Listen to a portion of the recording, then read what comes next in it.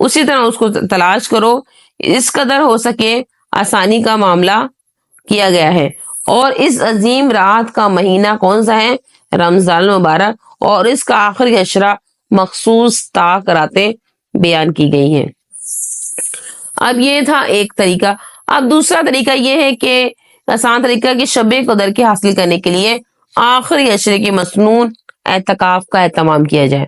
یعنی کہ آپ آخری عشرے میں اعتکاف کی نیت سے اعتکاف میں بیٹھ جائیں اور انشاءاللہ اس کی برکت آپ کو شب قدر ضرور نصیب. یعنی کہ اس میں اعتکاف سنت کی برکت سے اللہ تعالیٰ آپ کو ضرور بس ضرور شب قدر آپ کو نصیب کروائیں گے. کیونکہ 24 گھنٹے جب ہم اللہ کے گھر میں اللہ کی عبادت کرنے کا میں کرتے رہیں گے اور ہمیں اللہ کے گھر جا کر عبادت کرنے کا موقع ملے گا تو عبادت کا ماحول ہوتا ہے, راتوں کو جاگنا ہوتا ہے, آسان سے آسان تر ہو جاتا ہے اور نہ ہی وہاں پر ہم سے کوئی گناہ ہوتا ہے. اور اعتکاف والا اگر اعتکاف میں سوتا ہے تو وہ بھی اس کی عبادت ہوتی ہے, اعتکاف میں اگر وہ جاگتا ہے وہ بھی اس کی عبادت ہوتی ہے, کیونکہ اعتکاف والا اللہ تبارک و تعالیٰ کا مہمان ہوتا ہے. تو وہ شب قدر سے محروم رہے یہ تو ہو ہی نہیں سکتا. اسی طرح رمضان المبارک کا آخری عشرے کی طاق راتوں میں 27 میں شب میں سب سے زیادہ شب قدر ہونے کا احتمال ہوتا ہے کہ سب سے زیادہ لوگ جو ہے 27ویں رات کو شب قدر کی رات کہتے ہیں. بلکہ یہ مشہور اور جلیل القدر صحابی حضرت سیدنا ابی کعب رضی اللہ تعالی عنہ تو قسم کھا کے فرماتے ہیں کہ 27ویں شب ہی شب قدر ہے. اس لیے 27ویں شب کو بطور خاص طور پر عبادت کا زیادہ اہتمام کرنا چاہیے. اس کا مطلب یہ نہیں ہے کہ صرف 27ویں شب ہی کو عبادت پر اتفاق کر لیے جائیں, باقی کو چھوڑ دیا جائے, جیسے کہ آج کل ہمارے معاشرے میں ہو رائج ہے کہ لوگ صرف 27ویں شب میں ہی عبادت کرتے ہیں. اب سب سے اہم بات یہ ہے کہ جو لوگ وہ کون سے لوگ ہیں جو شب قدر جن کو نصیب نہیں ہوتی, تو شب قدر میں کچھ ایسے بد نصیب لوگ ہیں جو اپنے گناہوں کی وجہ سے شب قدر جیسی عظیم و بابرکت راتوں کی فضیلت کو حاصل نہیں کر سکتے. اور بالخصوص سب سے اہم چیز مغفرت خداوندی, یعنی کہ اللہ تبارک و تعالیٰ سے اپنے گناہوں کی مغفرت سے کروانے سے محروم رہ جاتے ہیں. جو ان رحمتوں برکتوں اور اپنی مغفرت کروانے سے محروم رہ گیا وہ کون لوگ ہیں؟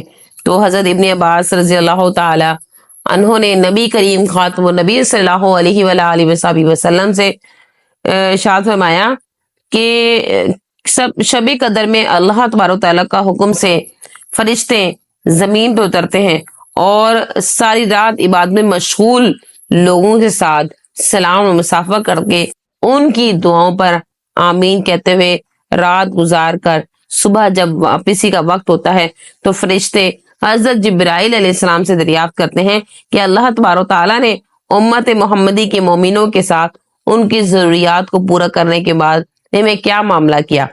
تو حضرت جبرائیل علیہ السلام ارشاد فرماتے ہیں کہ اللہ تعالیٰ نے اس شب قدر میں ایمان والوں پر نظر رحمت فرمائی ہے اور 4 افراد کے علاوہ سب کے سب درگزر کا معاملہ اور مغفرت کا معاملہ فرمایا ہے. یہ بات سن کر حضرات صحابہ کرام رضی اللہ تعالی عنہ نے سوال کیا کہ مغفرت سے محروم ہو رہ جانے والے وہ کون سے 4 افراد ہیں؟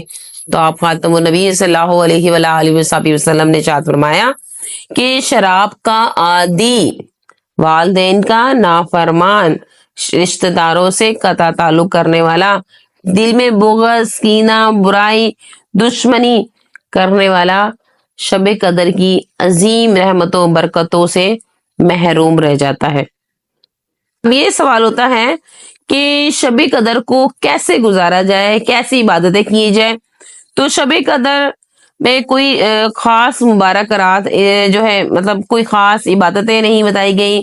جس قدر ہو سکے حسب استطاعت آپ عبادت کا اہتمام کریں. اس کے لیے عبادت کے لیے کوئی خاص مخصوص و متعین طریقہ نہیں بتایا, حدیث میں روایت میں ثابت بھی نہیں ہے. تاہم ہم بغیر کسی تعین و تخصص کے ہر طرح کی عبادت کریں, اپنے آپ کو عبادت میں مشغول رکھیں. قدر کی 5 راتوں ممکن ہوں پوری رات بیدار رہیں، جاگیں، نوافل پڑھیں، قرآن پاک کی تلاوت کریں، ذکر کریں، اذکار کریں، اور انہیں مختلف قسم کی جو ہے دعائیں اللہ سے دعائیں مانگ کر اللہ تبارک تعالیٰ سے اپنے گناہوں کی معافی مانگے، اور اللہ تبارک تعالیٰ ہم سب کو شب قدر حاصل کرنے کی توفیق عطا فرمائے، اس کی رحمتیں، برکتیں اور عبادت کرنے کی توفیق عطا فرمائے۔ خاص طور پر ہمارے مسلمان بھائی فلسطین میں جو پریشان ہیں، اللہ تبارک تعالیٰ ان کی پریشانی دور فرمائے۔ وآخر دعوانا ان الحمد للہ رب العالمین۔